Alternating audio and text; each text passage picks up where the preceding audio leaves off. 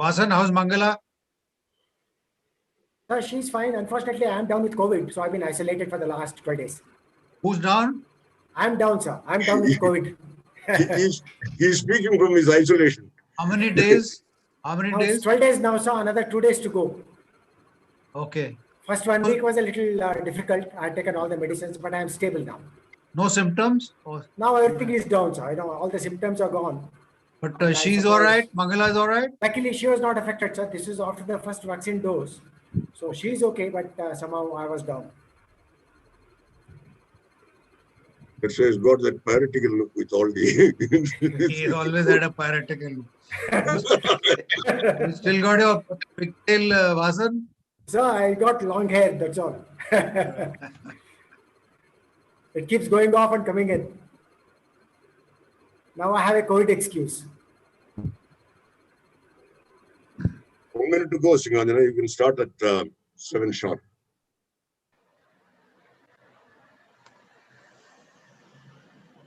Evening, sir. Can we all mute Yeah, ourselves? that Vignesh should take care of. Yeah. Vignesh, please mute everybody except me and Singanjana. Yeah, Singanjana, time. Good evening, ladies and gentlemen. A warm welcome to this evening's Colors of Glory virtual meet. I am G.S. Simhanjana, one of the coordinators of this event. Colors of Glory Foundation is an organization with the unique mission of bringing India's armed forces closer to the hearts and minds of ordinary Indians, probably the first of its kind in the country. We are proud that we have been highlighting India's rich military heritage by hosting numerous outdoor and indoor events during the past 4 years since we came into existence. Although we have been constrained to restrict ourselves and our activities to these virtual events for almost a year now due to the pandemic threat, we have made it worthwhile for the participants by hosting interesting talks and presentations by eminent speakers on a variety of topics. Assured that we will bounce back all the situations.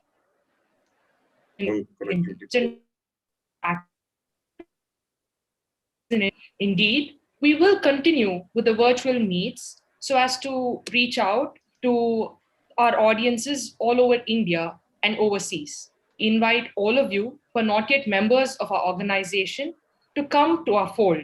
The modalities of obtaining a membership are available on our website, the URL of which appears at the bottom of our e-invites. Be a member and be a part of our unique initiative. In case you have an inclination to write, irrespective of whether you're a member or not, we invite you to contribute blogs for our website, which is already rich with a number of popular blogs on India's proud military past. Please feel free to call or email us for any clarifications. Now, before we commence today's event, please permit me to present a kaleidoscopic view of what we do.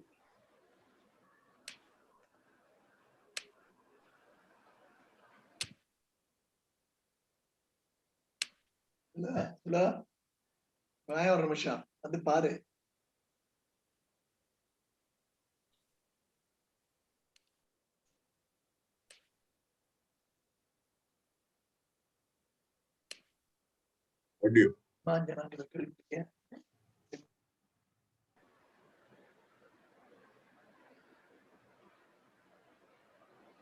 Audio isn't coming, Singanjana.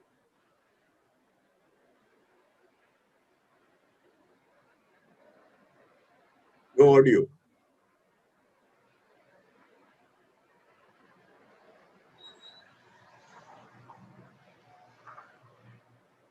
Do not click your audio switch.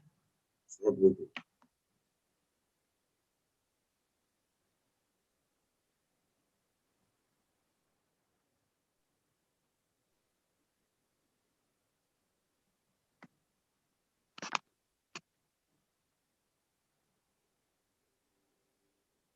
Something happened to the audio.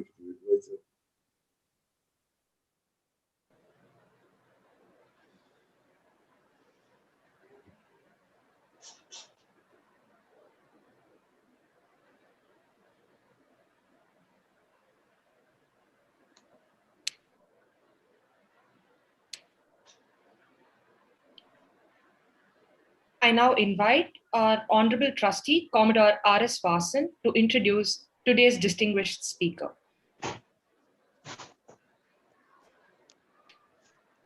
Good evening, Admiral Arun Prakash, ladies and gentlemen. It's a great privilege and honor for me to introduce my former boss on multiple occasions while we were in the service. I have known Admiral Arun Prakash for nearly 5 decades, and we've been working together in many, many appointments. So I was not going to let go of this opportunity to introduce him. In fact, Captain Ramchandran asked me, said, "You're down with COVID, would you be able to do this?" I said, there are no doubts whatsoever that I'll be there to introduce Admiral Arun Prakash, an outstanding personality in the naval annals of naval history.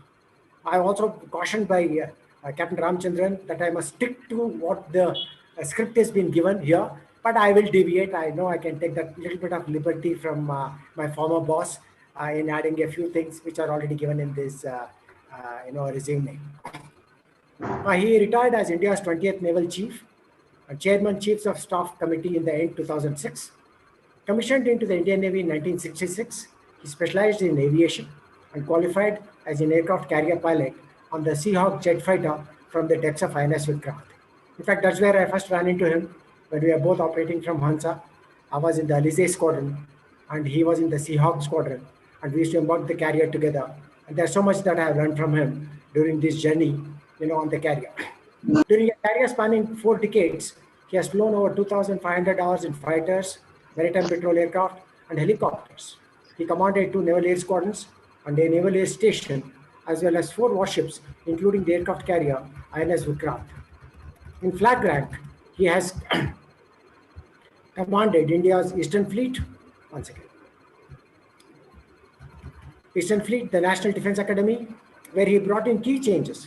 Now, those who have served with him at that time will tell you the kind of transformation that India went through, during his time as the commandant. The Andaman Nicobar Joint Command, he was the first to look at the Tri-Services Command structure and give it full shape. And, it's what it is today, presenting a considerable threat to the PLA, which would like to pass through the Straits of Hormuz and enter our areas of operation. He was also in the Western Naval Command, and in staff appointments, he served as head of the aviation and personnel branches of the Navy and as the Vice Chief of Naval Staff.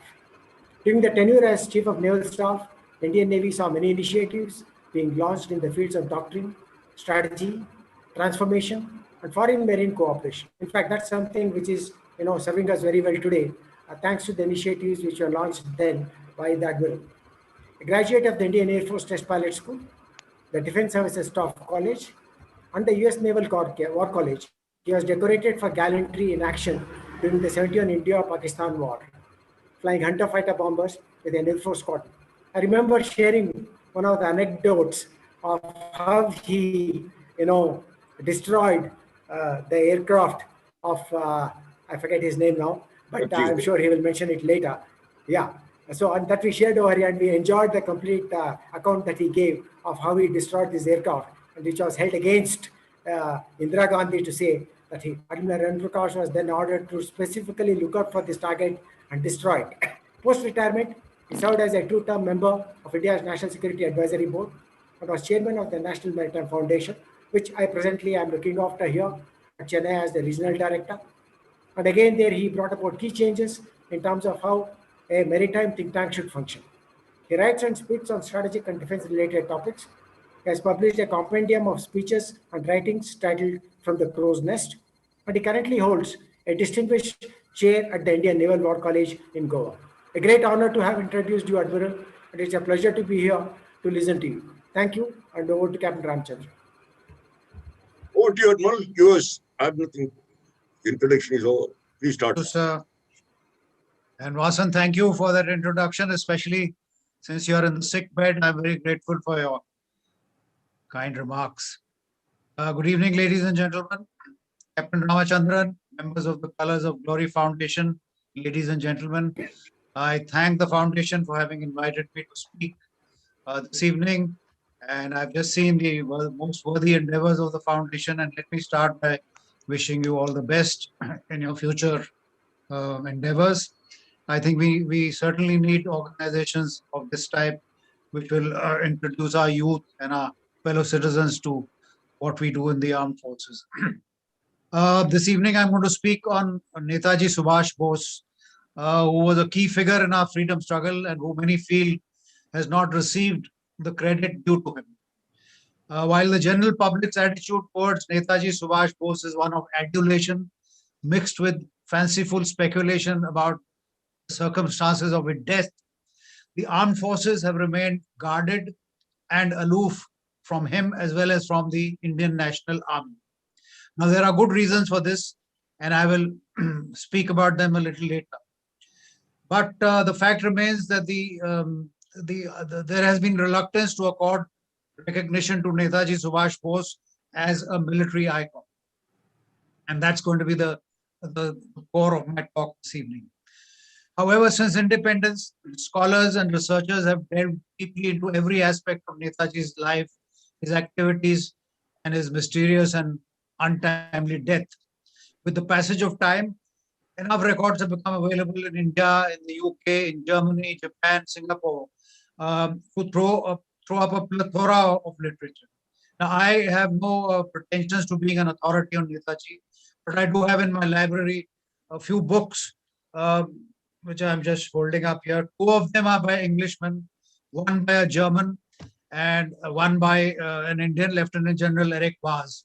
So, with this 360 look at Netaji Subhash, each book is full of, it's complimentary to him. It says only good things about him in every sense of the word. Based on this literature, my readings that I've done, I've always been a fan of Netaji.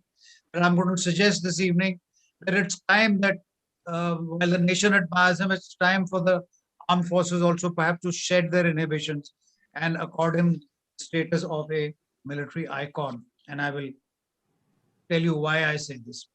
Let me start with the Indian military and the freedom movement. Our struggle for independence from British imperialism was one of the few conflicts in our history which can be truly termed as a national struggle. The first phase of this struggle was the Great Indian Mutiny of 1857, or the First War of Independence, triggered by Indian soldiers, and it saw extreme violence, but it ended in a rout for the freedom fighters because they could not find a competent leader in the country. I do remember that thousands of rebel Indian sepoys converged from all over the country and homed on to Delhi, uh, seeking an inspiring figure to lead this movement for independence. It is our great misfortune that the great Mughal Empire, all that the Mughal Empire had to offer at that point was the tragic figure of the 81-year-old Emperor Bahadur Shah Zafar. He was in no condition or inclination to offer his leadership, nor were his two youngest sons. So it's tragic that this mass movement of our Indian soldiers, it was a spontaneous movement, fizzled out. They were defeated, they were destroyed and dispersed without any concrete result, and the British resumed their rule. The second phase of our freedom struggle in the first half of the 20th century took an altogether different character due to the unique outlook of its leader, Mahatma Gandhi, who was a proponent of non-violence and passive resistance. Despite Gandhiji's best efforts, the freedom campaign from the non-cooperation phase of 1920s to the Quit India movement of the 1940s was often accompanied by mass disturbances, riots, and violence. The British administration and British army were hugely outnumbered, and so therefore they had no choice but to make frequent use of the Indian police as well as Indian troops to quell the freedom fighters. Do remember that Jallianwala Bagh, the soldiers who took part were the Gurkhas, and there was a Sikh battalion there. Indian politicians of that era formed the opinion that Indian troops had acted. I can't see my slide. Is it working? Is the second slide up? No, sir, you're not sharing a slide. You're not. You have to screen shares. I'm sorry. Then I'll just. Can you just wait for a minute, please? Yeah, please. You can screen share.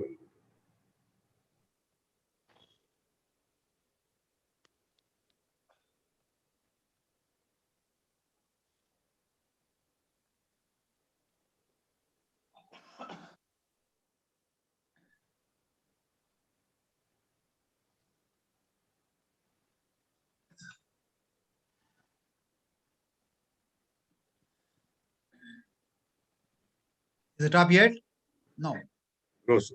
You got to do the green screen share underneath and then go to. Yeah, I've done that.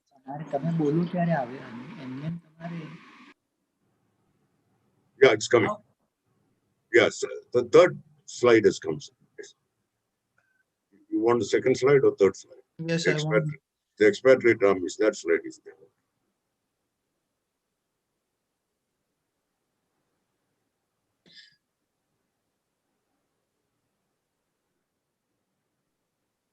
It was working before we.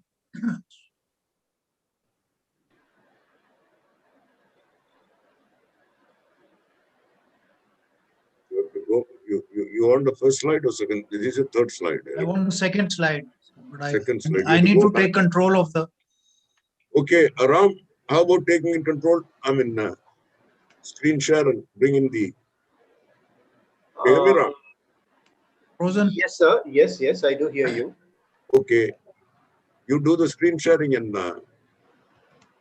Okay. Can I not get control of this? You can, No, sir. you- You have control. Yeah, you can, sir. You can just ask him for the slides. He'll play it from there. So you can. What do you We call had it? got it right just before I start, before you took over. Then you had put your slides, so I think somebody must have. No.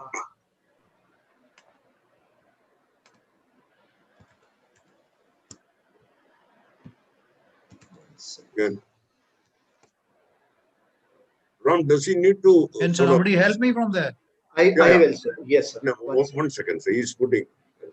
Does he need to stop sharing for you to share? Yeah. Okay, Ram is coming. Yes. Okay, is it up now? Yeah, it's up now. The second slide is there. Okay, fine. Awesome. Perfect. Indian politicians of that era formed the opinion that Indian troops had acted as mercenaries for the colonial masters, and the British Indian Army was considered a symbol of imperialism and repression. Post-independence, Prime Minister Nehru's strong anti-military attitude possibly arose from his false belief that the army did not take part in the nationalist movement as one and was an instrument of the British Raj. However, there was a parallel facet of the Indian freedom struggle, which the British took great pains to conceal for many years, and which nationalists of Gandhian persuasion have refused to acknowledge all along. This was the militant opposition to British rule, inspired and nurtured by its leader Netaji Subhash Bose from abroad.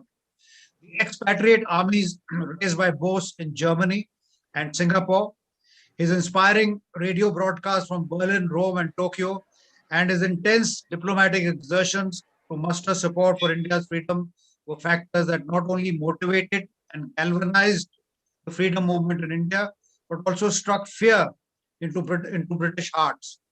General Wavell, CNC, admitted in a secret report, he said, "It's no use shutting one's eye to the fact that any Indian soldier worth his salt is a nationalist." Netaji Subhash was a political leader of national stature and was to become a rebel congressman when his differences with Gandhiji's doctrines came into the open. However, it needs to be acknowledged that once Netaji formed a government in exile, which was called the Arzi Hukumat-e-Azad Hind, he rose above domestic politics to don the mantle of a notional head of state and to assume the military rank of a commander-in-chief. From then onwards, Netaji needs to be viewed in a different light altogether, as a visionary, statesman of international standing, and a military leader conducting operations in Southeast Asia with the Japanese. But despite all this, the Indian military has kept Netaji at arm's length for reasons that are ethical as well as philosophical.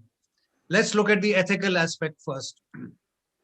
After the string of early British defeats in World War II, Indian POWs in Singapore, Germany, and Italy were confronted with the most awesome moral dilemma that a soldier can ever face.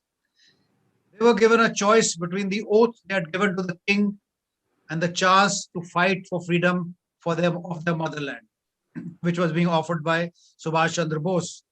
Fully recognizing the serious consequences of either option, many Indian officers and Jawans decided for their motherland. Consequently, 3,000 Indian prisoners of war were formed into the Free India Legion in Germany, and 40,000 POWs joined the Azad Hind Fauj or Indian National Army in Singapore.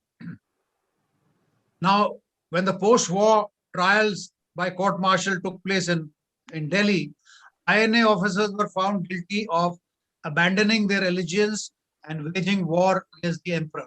Pretty serious charges. Now, while the ethical implications of such a decision may be argued endlessly, whether they were right or wrong, it is undeniable that nothing can take precedence over one's duty to his motherland. But the fact still remains that disciplined militaries never dwell on revolts, desertions, and other breaches of discipline, regardless of the cause. And that is the reason why the Indian Army has remained non-committal in its attitude towards the INA and towards Netaji. And I think perhaps it has been for the best. Coming now to the philosophical arguments against Netaji's engagement with the Axis powers. Axis powers, as you know, consisted of Nazi Germany, fascist Italy, and Imperial Japan. He is often criticized by leftist ideologues as being an opportunist, which he indeed was. But he was also a realist who recognized the true nature of Nazi or fascist rules and the ruthlessness of the Japanese. It's not that he was unaware of all the flaws of his allies. He was aware of them, and yet he took the decisions that he did. As a fierce nationalist and a pragmatist, Subhash Bose was convinced that a weak and enslaved India was unlikely to win freedom from the British through non-violent means. He therefore saw nothing wrong in taking the help of Axis powers, i.e. supping with the devil in his country's cause and using one set of imperialists to challenge another. In all likelihood, he thought, if it came to a confrontation against Axis powers, he saw the 2 million soldiers of the British Indian Army as his assets. Whether he was right or wrong in this thought, we won't know. Netaji's life offers us some priceless glimpses of outstanding leadership, of sagacious vision, and of resolute action.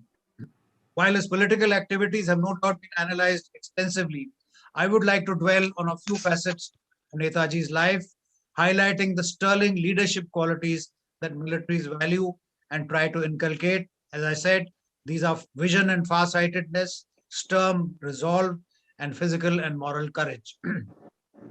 All these were inherent in this man. Now, having resigned from the ICS while still a Sir, probationer sorry in to England. interrupt. Sir, slide is not moving. Now it's movable. Yes, No, now it's I visible. didn't want to move. It wasn't meant to move. This is Okay, a flag. Now, he resigned from the ICS. He was selected for the ICS. He went to UK. He started his training. But somewhere the thought struck him that the ICS was not for him. So he resigned while still a probationer. They tried to dissuade him, but he was adamant. He returned to India in 1921 with every intention of becoming a devoted follower of Mahatma Gandhi. And their first meeting took place in Bombay.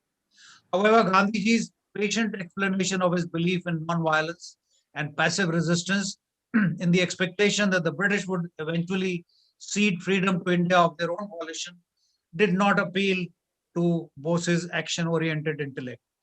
There were fundamental contradictions between Bose's combative and avant-garde approach to the freedom struggle and Gandhiji's creed of ahimsa and a return to India's rural roots.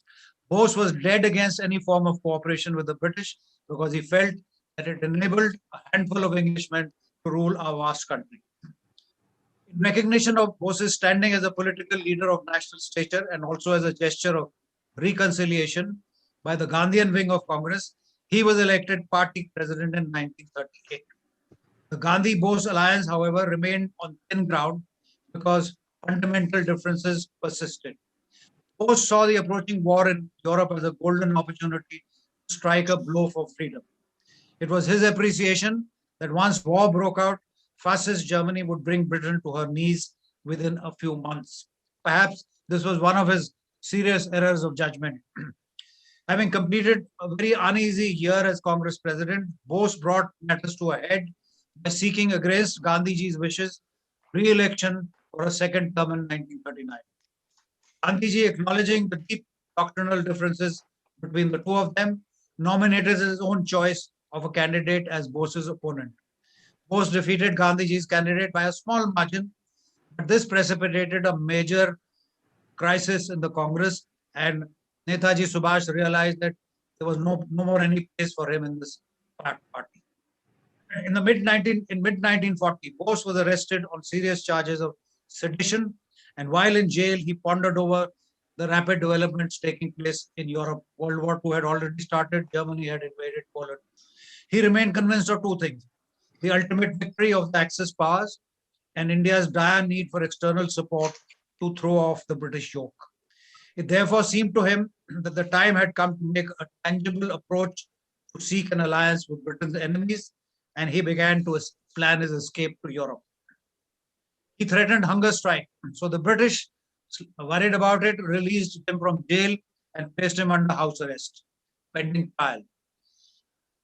On the night of 17 January 1941, a disguised Bose escaped from his Calcutta home and traveling by train, by bus, and on foot, reached Kabul in Afghanistan 10 days later. He approached the Russian embassy, the German legation, and the Italian embassy. Of the three, it was the Italians who responded most favorably. And they issued him a false passport. So, masquerading as an Italian businessman, he left Kabul with two escorts for Moscow. And routing via Moscow, he flew to Berlin and arrived in the German capital on 28th of March 1941. The Nazi regime welcomed Bose, and the foreign ministry provided him a residence, a car, and an office.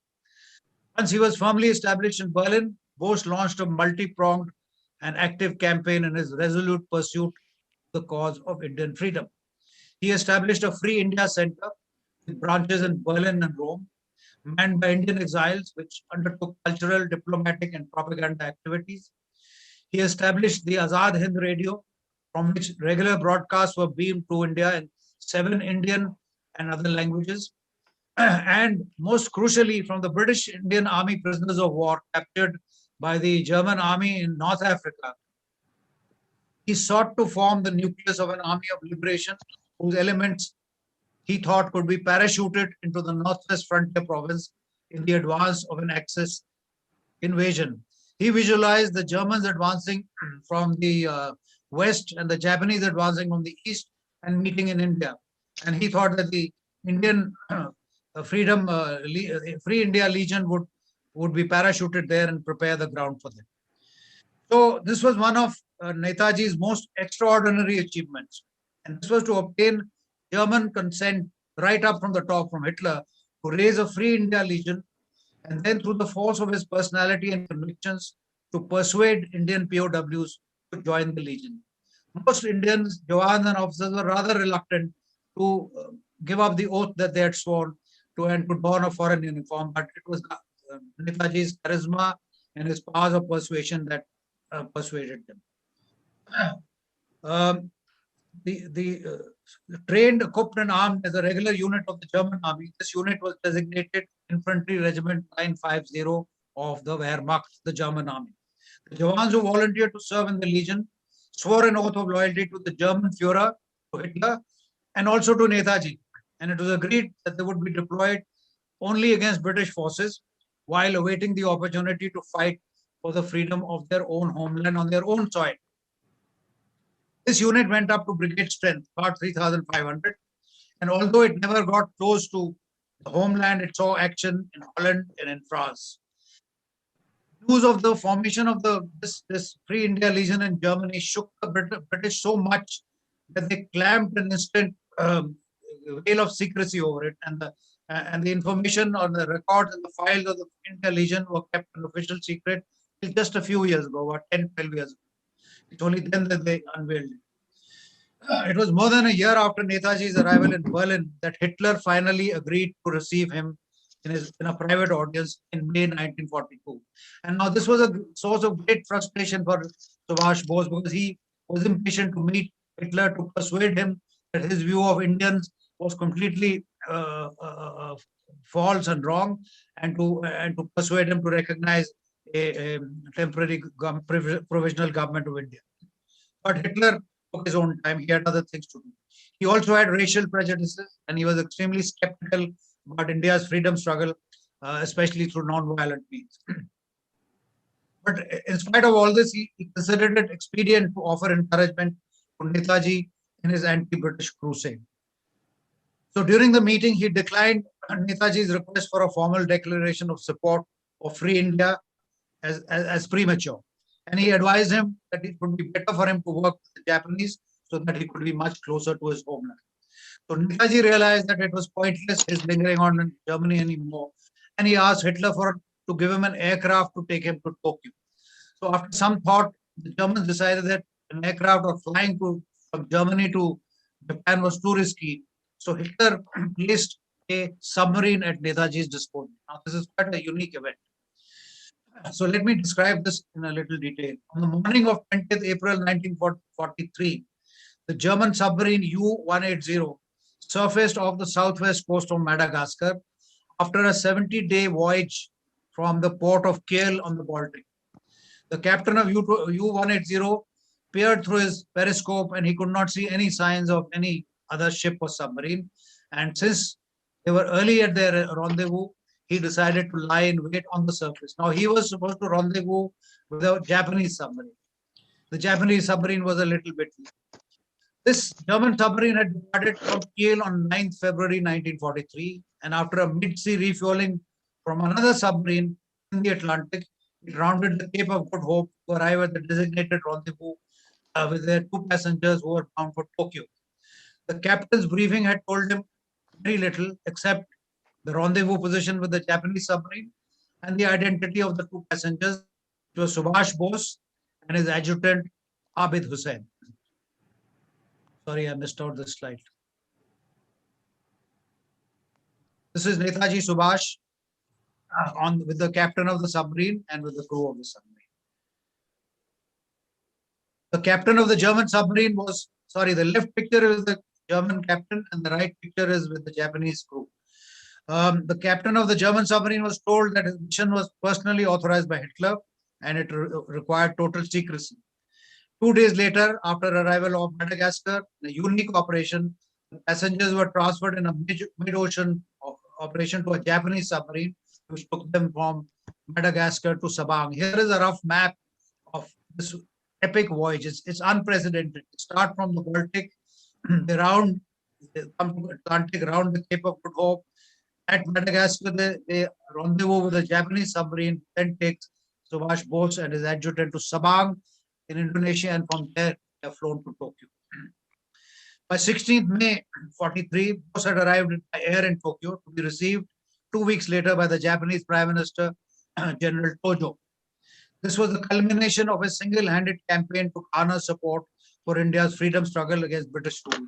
He had now received personal assurances of support from leaders of all three Axis powers, Hitler, Mussolini, and Tojo. By the way, I didn't mention this, but during his stay in Germany, Netaji also visited Rome and had an interview with Mussolini. And now he could dream of liberating his motherland from the British, marching at the head of an Indian army of liberation.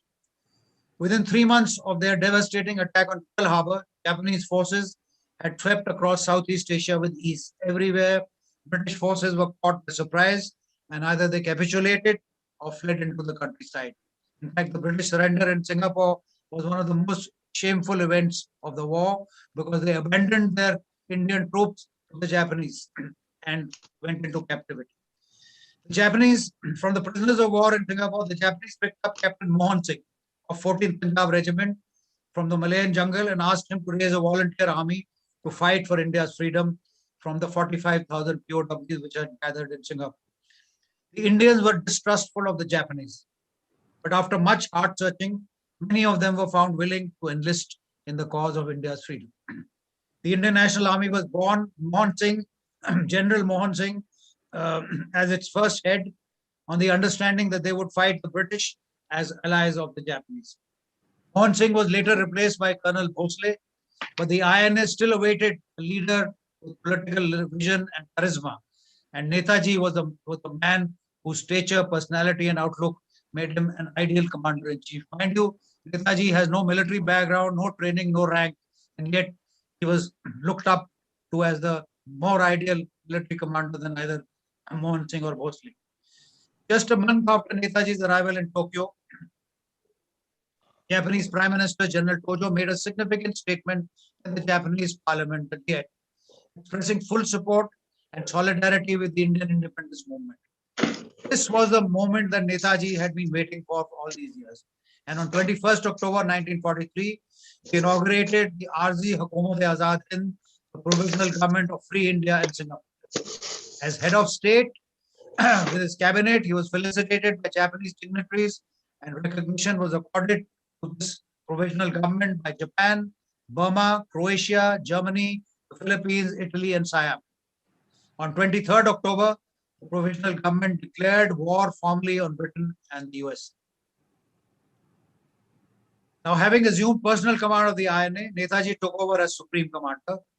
He was seen at military functions in his immaculate uniform and became a powerful focus of loyalty and fighting spirit for the INA.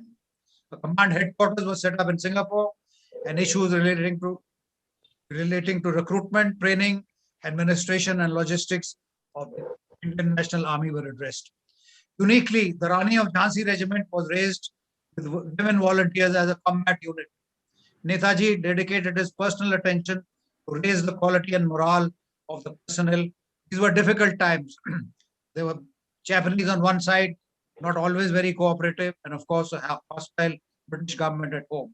So Netaji had to devote his personal attention to every detail to raise the quality and morale of the personnel, to weed out ill-disciplined or disloyal elements, and to discourage desertions which used to take place frequently.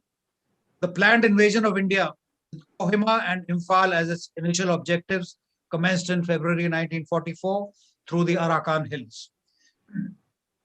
Alongside the Japanese 15th Army was INA's Subhash Brigade, accompanied by psychological warfare troops, whose duty was to try and seduce the Indian troops fighting with the British from this side of the line, from the Japanese side.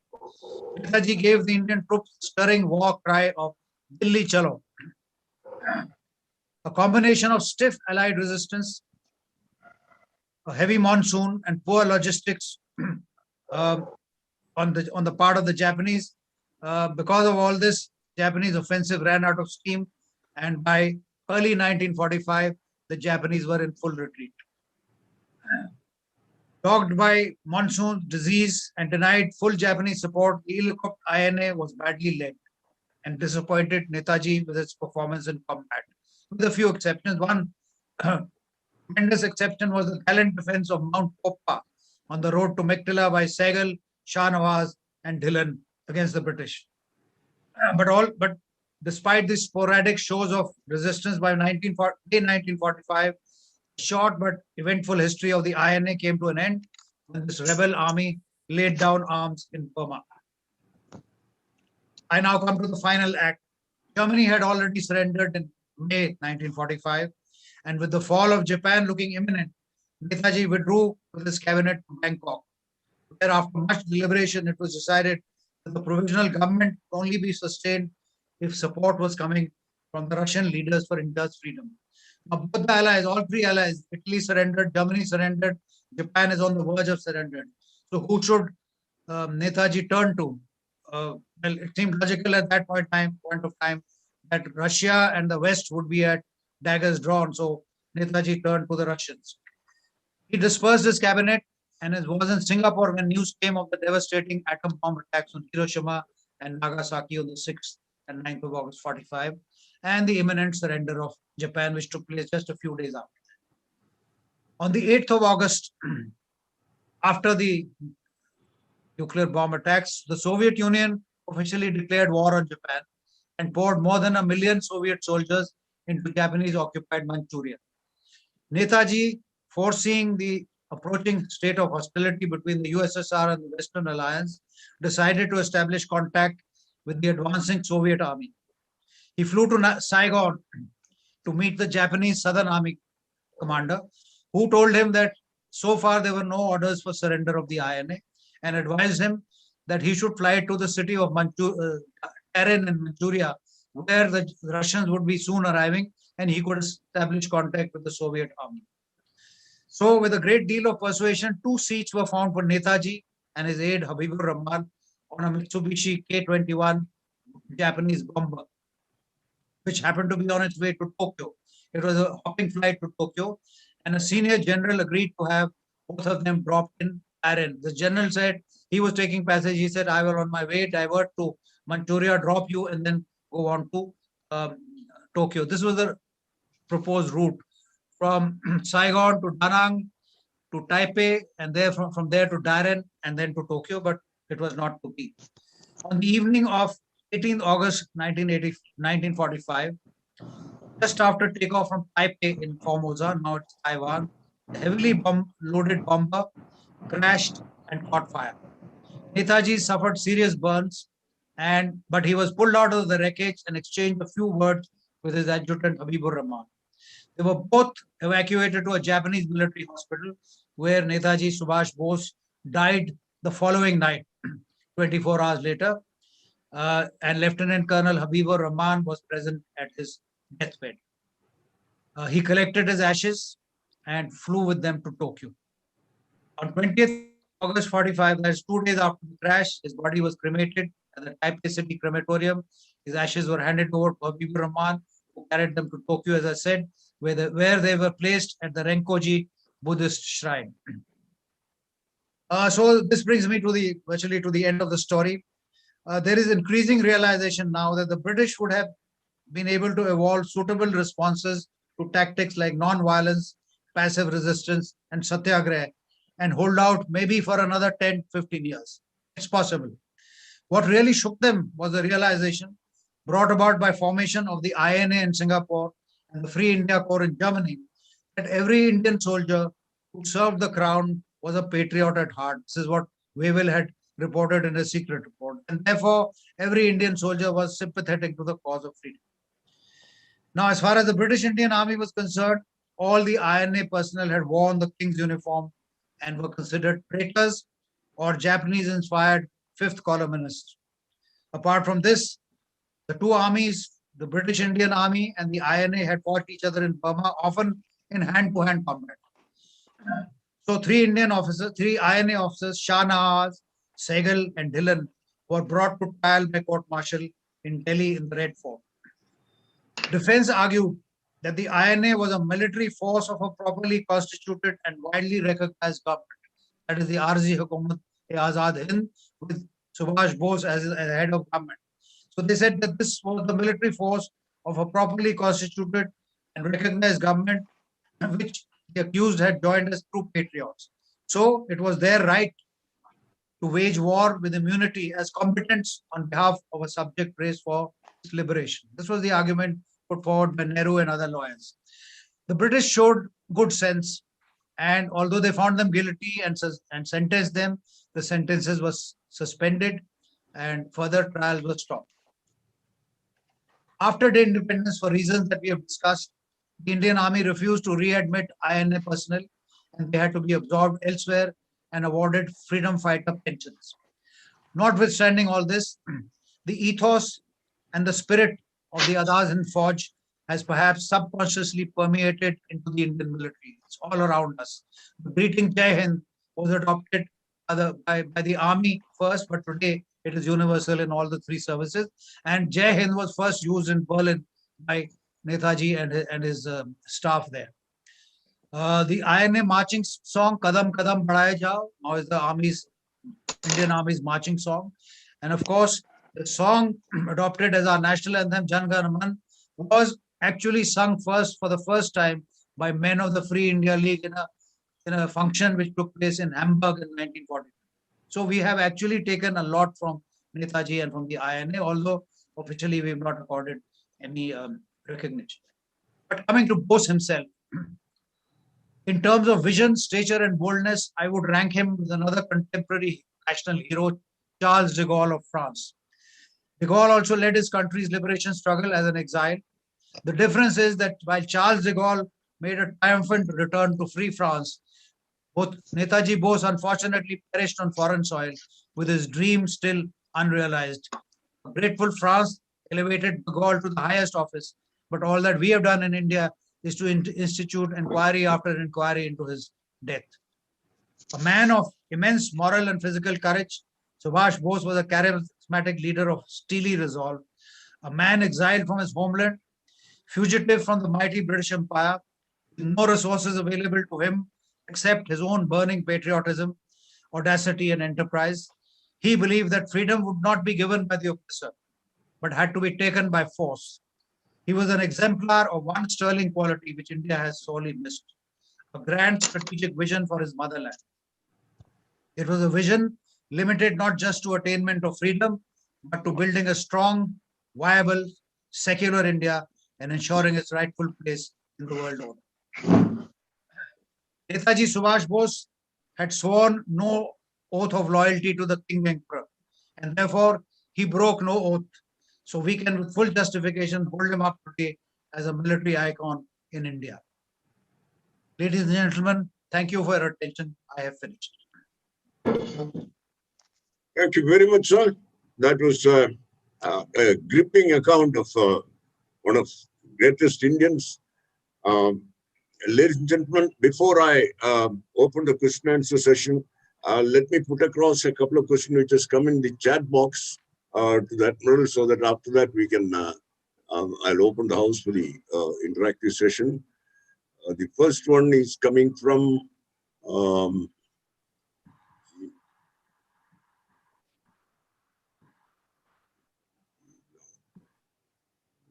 Mirhotra. Yeah, Commander Mirhotra has a question.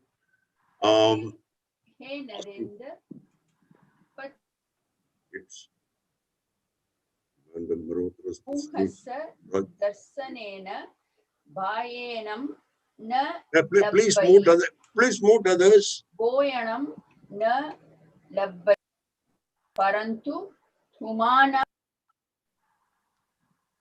Please mute yourself. I'll invite you for the let me take these questions first. I cannot see this question, which is by. The two questions related, what basically about the year of the death. Commander Malhotra or other somebody has asked. The year of death, which Admiral mentioned, and we hear and we read the confirmation about year of death. No. That is not Commander Malhotra's questions, and he had put up some other question. May I read it out, sir? This is Ram here. May I read out the question? I think. Read out the question. Yeah. So sir says Rash Behari Bose was a great Indian leader in Japan who handed over the India Independence League to Netaji. Now, why has his work been forgotten? That was the question, sir. Well, like I said, I'm no authority, but Raj Bihari Bose was in the political domain, and I think he was founder of the Forward Bloc, and he had his own differences with the Congress Party. So I will not be able to give a complete answer on that as to why Raj Bihari Bose was ignored in Netaji. But Netaji's work was far more dramatic. I mean, he traveled almost all over the world. He met leaders of Italy, Germany, Japan. He formed a provisional government, etc. Whereas Raj Bihari Bose was, I think, more politically motivated, and he couldn't attain all these attainments that Netaji Bose did. His government was recognized by 6 or 7 countries. He founded 2 armies halfway across the world.